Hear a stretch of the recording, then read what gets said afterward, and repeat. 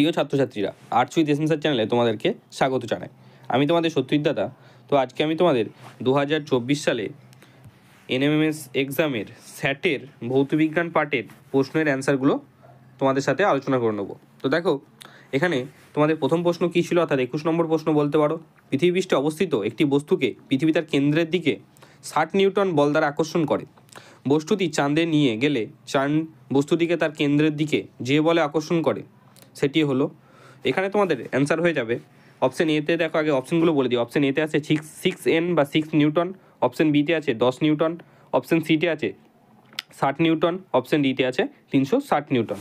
তো দেখো, এখানে তোমাদের অ্যান্সার হয়ে যাবে অপশান বি, 10 নিউটন। নেক্সট দেখো 2 নম্বর প্রশ্ন বা 22 নম্বর। একটি বস্তুর ভর 50 গ্রাম, বস্তু দ্বারা অপসারিত জলের ভর 40 গ্রাম হলে বস্তুটি জলে ভাসবে, বস্তুটি জলে ডুবে যাবে। অপশান সি বলেছে বস্তুটি জলের মধ্যে যে কোনো অবস্থায় ডুবে ভাসবে, নাকি অপশান ডি কোনোটিই নয়। তো তোমাদের এখানে অ্যান্সার হয়ে যাবে অপশান সি, বস্তুটি জলের মধ্যে যে কোনো অবস্থায় ডুবে ভাসবে। নেক্সট দেখো 23 নম্বর। দুটি বস্তুর মধ্যবর্তী দূরত্ব আর এদের ভর স্থির রেখে তাদের মধ্যবর্তী দূরত্ব দ্বিগুণ করলে বস্তুদ্বয়ের মধ্যে মহাকর্ষীয় আকর্ষণ বলের মান প্রাথমিক মানের কত হবে?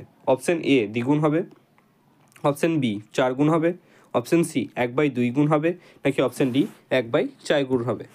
তো দেখো, এখানে অপশান ডি 1/4 গুণ হবে, এটা তোমাদের রাইট অ্যান্সার। এই যে স্টুডেন্টটি আমাদেরকে প্রশ্নপত্রটি পাঠিয়েছে সে অনেক অ্যান্সার দেখছি ঠিকই করেছে। নেক্সট দেখো 24 নম্বর। দুটি বস্তু তাপীয় সাম্য থাকলে তাদের ক্ষেত্রে কোনটি একই হবে?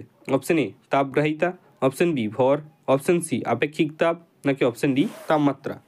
তো দেখো, এখানে তোমাদের রাইট অ্যান্সার হয়ে যাবে অপশান ডি তাপমাত্রা। নেক্সট দেখো 25 নম্বর। নিচের ভৌত রাশিগুলির মধ্যে কোনটির একক একই নয়? অপশান এ আপেক্ষিক গুরুত্ব, অপশান বি ভর, অপশান সি চাপ, অপশান ডি বেগ। তো দেখো, এখানে তোমাদের রাইট অ্যান্সার হয়ে যাবে কি? এখানে তোমাদের রাইট অ্যান্সার হয়ে যাবে অপশান এ আপেক্ষিক গুরুত্ব। নেক্সট দেখো 26 নম্বর। নিচের কোন ক্ষেত্রে রাসায়নিক শক্তি তড়িৎ শক্তিতে রূপান্তরিত হয়?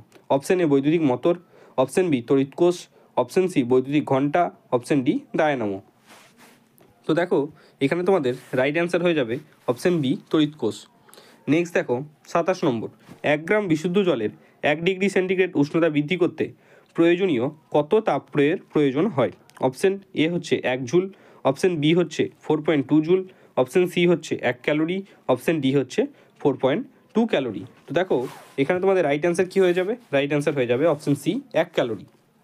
নেক্সট দেখো 28 নম্বর। বিশুদ্ধ জলে নুন মেশালে জলের ফুটনাঙ্ক এ কমে, বি বাড়ে, সি একই থাকে, নাকি ডি প্রথমে বাড়লেও পরে কমে। তো দেখো, এখানে তোমাদের রাইট অ্যান্সার হয়ে যাবে অপশান ডি, প্রথমে বাড়লেও পরে কমে। নেক্সট দেখো 29 নম্বর। একটি লোহার বলকে একটি তরলে নিমজ্জিত করলে বা করা হলে লোহার বলের ওপর তরলটি যে ঊর্ধ্বমুখী বল প্রয়োগ করে তার মান নির্ভর করে তরলের গাঢ়ত্বের ওপর, অপশান বি তরল বলটির ঘনত্বের ওপর, অপশান সি লোহার বলটির ভরের ওপর, না অপশান ডি পাত্রের আয়তনের ওপর। তো দেখো, এখানে তোমাদের রাইট অ্যান্সার হয়ে যাবে অপশান এ তরলটির গাঢ়ত্বের ওপর। নেক্সট দেখো 30 নম্বর। স্বাভাবিক চাপে 0 ডিগ্রি উষ্ণতায় 1 গ্রাম বরফকে 80 ক্যালোরি তাপ প্রদান করা হলো।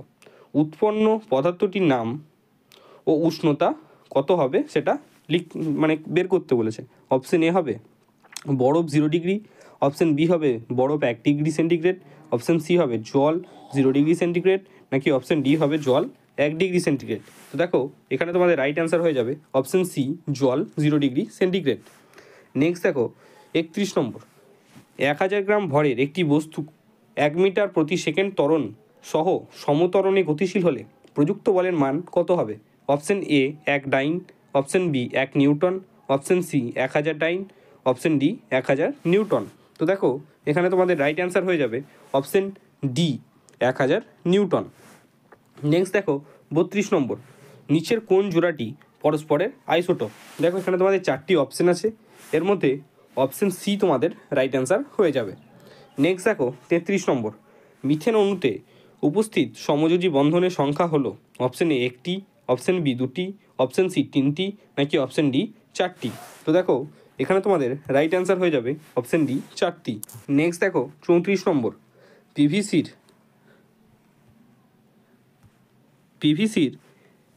মনোমার হলো option A ethylene, option B acetylene, option C vinyl chloride, option D ethanol. তো দেখো এখানে তোমাদের রাইট অ্যান্সার হয়ে যাবে option C vinyl chloride. Next দেখো 35 নম্বর, অ্যামোনিয়াম কার্বনেটের একটি অণুতে উপস্থিত পরমাণু সংখ্যা হলো অপশন এ একটি, অপশন বি দুটি, অপশন সি 60টি, নাকি অপশন ডি 14টি। তো দেখো এখানে তোমাদের রাইট অ্যান্সার হয়ে যাবে অপশন ডি 14টি। নেক্সট দেখো 36 নম্বর, একটি ধাতব ক্লোরাইডের সংকেত MCl3, তাহলে ধাতুটির সালফেটের সংকেত হবে option A MSO43, option B M3SO42, option C M2SO43, নাকি অপশন ডি কোনোটিই নয়। তো দেখো এখানে তোমাদের রাইট অ্যান্সার হয়ে যাবে কি, এখানে তোমাদের রাইট অ্যান্সার হয়ে যাবে অপশন ডি M2SO43। নেক্সট দেখো 37 নম্বর, লোহার চামচের ওপর ইলেকট্রোপ্লেটিং দ্বারা নিকেলের প্রলেপ দিতে অ্যানোড হিসাবে কী ব্যবহার করা হয়? অপশন এ লোহার চামচ, অপশন বি নিকেল দণ্ড, অপশন সি অ্যালুমিনিয়াম দণ্ড, নাকি অপশন ডি গ্রাফাইট দণ্ড। তো দেখো এখানে তোমাদের রাইট অ্যান্সার হয়ে যাবে অপশন বি নিকেল দণ্ড। নেক্সট দেখো 38 নম্বর, নিচের কোন পলিমারটির জৈব পচনশীল? Option A cellulose, option B Teflon, option C nylon, নাকি অপশন ডি পলিথিন। তো দেখো এখানে তোমাদের রাইট অ্যান্সার হয়ে যাবে অপশন এ সেলুলোজ।